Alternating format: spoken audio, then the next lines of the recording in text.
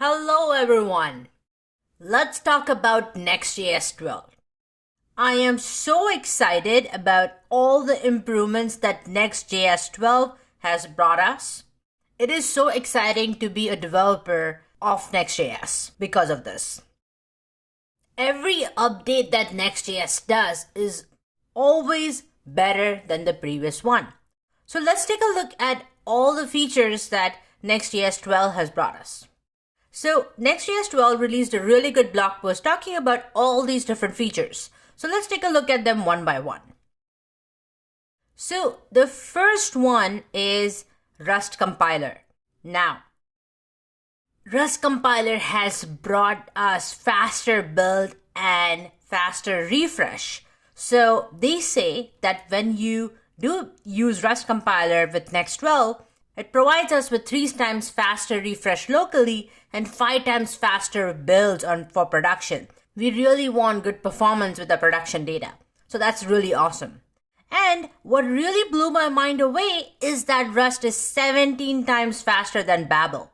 Now, you might be wondering, wait, hold on a second. I understand that Rust is better, but what do we use right now then? Well, we do use Babel, and Babel is a JavaScript compiler. Now, and we use Babel because we can then convert ES 2015 code to JavaScript code that browsers can usually understand, right?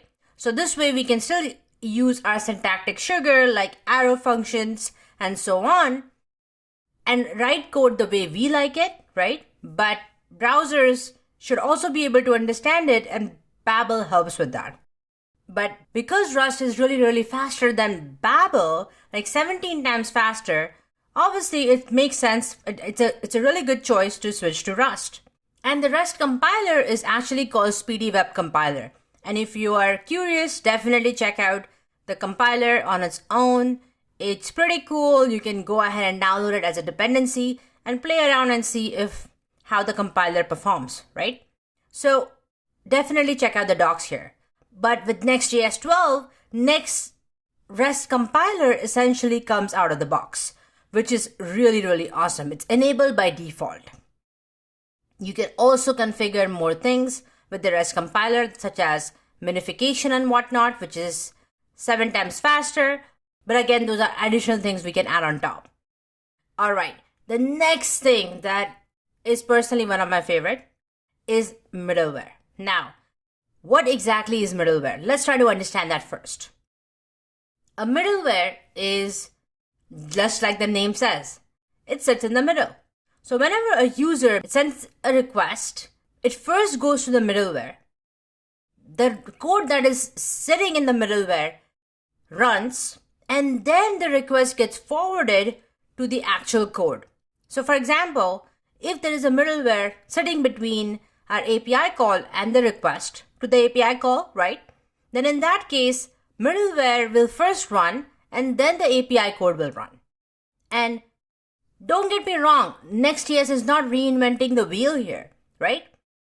Middleware has existed forever in all different languages. For more popularly, Node.js does have middleware. But what makes Next.js so unique then? Well, Next.js now gives us the ability to essentially add middleware. And the way you can easily add middleware is essentially add a file called as _middleware.js inside your pages directory. And that's all. That's all you need to do here. Isn't that awesome? Now, middleware can be used for anything such as sharing logic for a different set of pages, right? Authentication, redirects, A/B testing, logging, and so on. You can also redirect looking at the user's location, where they are, and so on, and accordingly redirect to specific user experiences that you like. So middleware is really important, and the fact that you can easily just add this specific file inside pages directory and that automatically enables middleware is really awesome. Now traditionally middlewares do take a bit of setup. So this is really nice that Next.js is still going back to their zero config setup process and are really making it easy for us. And if you do want to read more about middleware, you can definitely go ahead and check out the docs as well. But as you can see, This middleware is literally like a serverless function. You export a function and then you return a specific response that you want. But obviously you can do a lot more with it as shown in the examples below. Now, the other cool feature of Next.js 12 is the option to add React 18.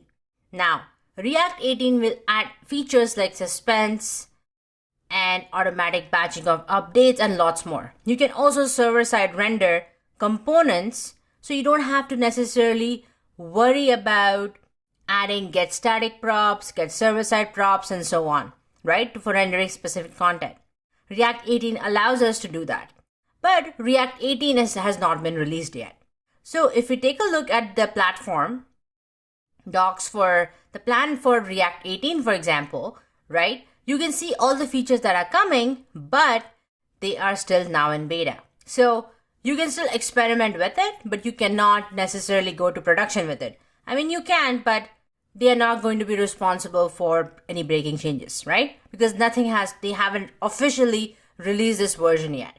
There are still many apps like Facebook that use in production, but we won't be doing that. So Next.js allows you to opt into React 18 experimental features, so you can pretty much get rid of get static props, get server-side props, and so on, and then play with it a lot more. And this is the other feature that I talked about, server-side streaming. So just because React 18 has built-in support for server-side suspense, right? Next.js will allow you to give that option for enabling that using this flag called as concurrent features equals true. And React Server Components as well. React Server Components will allow you to render everything, including the components themselves on the server. Now, isn't that amazing? I mean, we definitely heard of server-side rendering, right? Where you're pre-generating HTML on the server. But with server components, there is zero client-side JavaScript needed, making the page rendering even faster. So when bots do come to crawl your pages, because its page is going to get rendered from the server, it's going to be even faster. Bots won't be able to essentially go ahead and render a blank page. There are more features in Next.12, such as URL imports. You can import an ES module without actually going and adding it to package.json. You can go ahead and import it directly. And again, a lot of these features are experimental, right? But it's definitely a step in the right direction. URL imports as well. As long as you add the specific URL imports key itself in nextconfig.js, you can then go ahead and import it directly through that URL for any package that you are interested in as well. So for example, you can do import confetti from this specific package directly from the URL. Now, isn't that amazing? So any CDN, that is any content delivery network that serves ES modules will work, including no code and design tokens like framework, which is awesome. Now, this is a really cool feature with Next.12, which is the bot-aware ISR fallback. Now, what does that mean? Now, with incremental static regeneration, we do allow users to give a fallback state, right? That means as the content is getting rendered, it will give that fallback state to the user so that for the first request to a page, we can still render the page content, right? And to block the page from loading, we use something called as fallback blocking. But in Next.12, the bots will automatically server render these incremental static regenerated pages using fallback 2 while still serving server-side render ISR pages. Now this will again allow bot to prevent crawlers from indexing loading states. Because what happens is when you do go to a website, you are showing a loader itself, right? You are showing some sort of a loader to the user. Bots are going to end up crawling that. And they think that this is actually your site, right? Which is not great. So with this feature, it is going to help improve your SEO a lot more because now bots are going to be aware because of Next.js of what exactly your page contents are. And there are lots more features as well in Next.12. But there are also some breaking changes as well with Next.12. So they're completely getting rid of Webpack 4 in Next 12 and making Webpack 5 the default. Now, similarly, target in Next config.js is no longer needed as well, and Next image now uses a span as a wrapping element instead of a div.